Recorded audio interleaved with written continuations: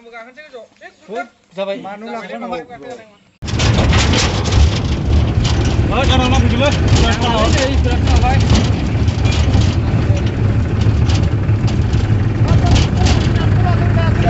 Hah? Iya na? Iya.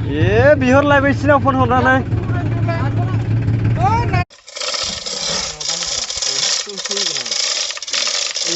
Yang naruh.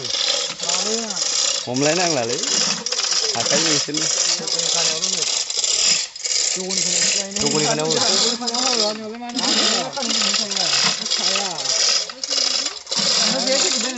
Barang.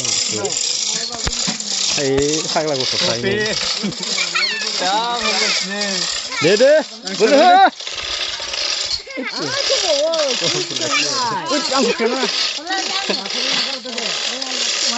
Sampai soal begini sampai. Sampai sampai. Nang, jawab. Nang lah.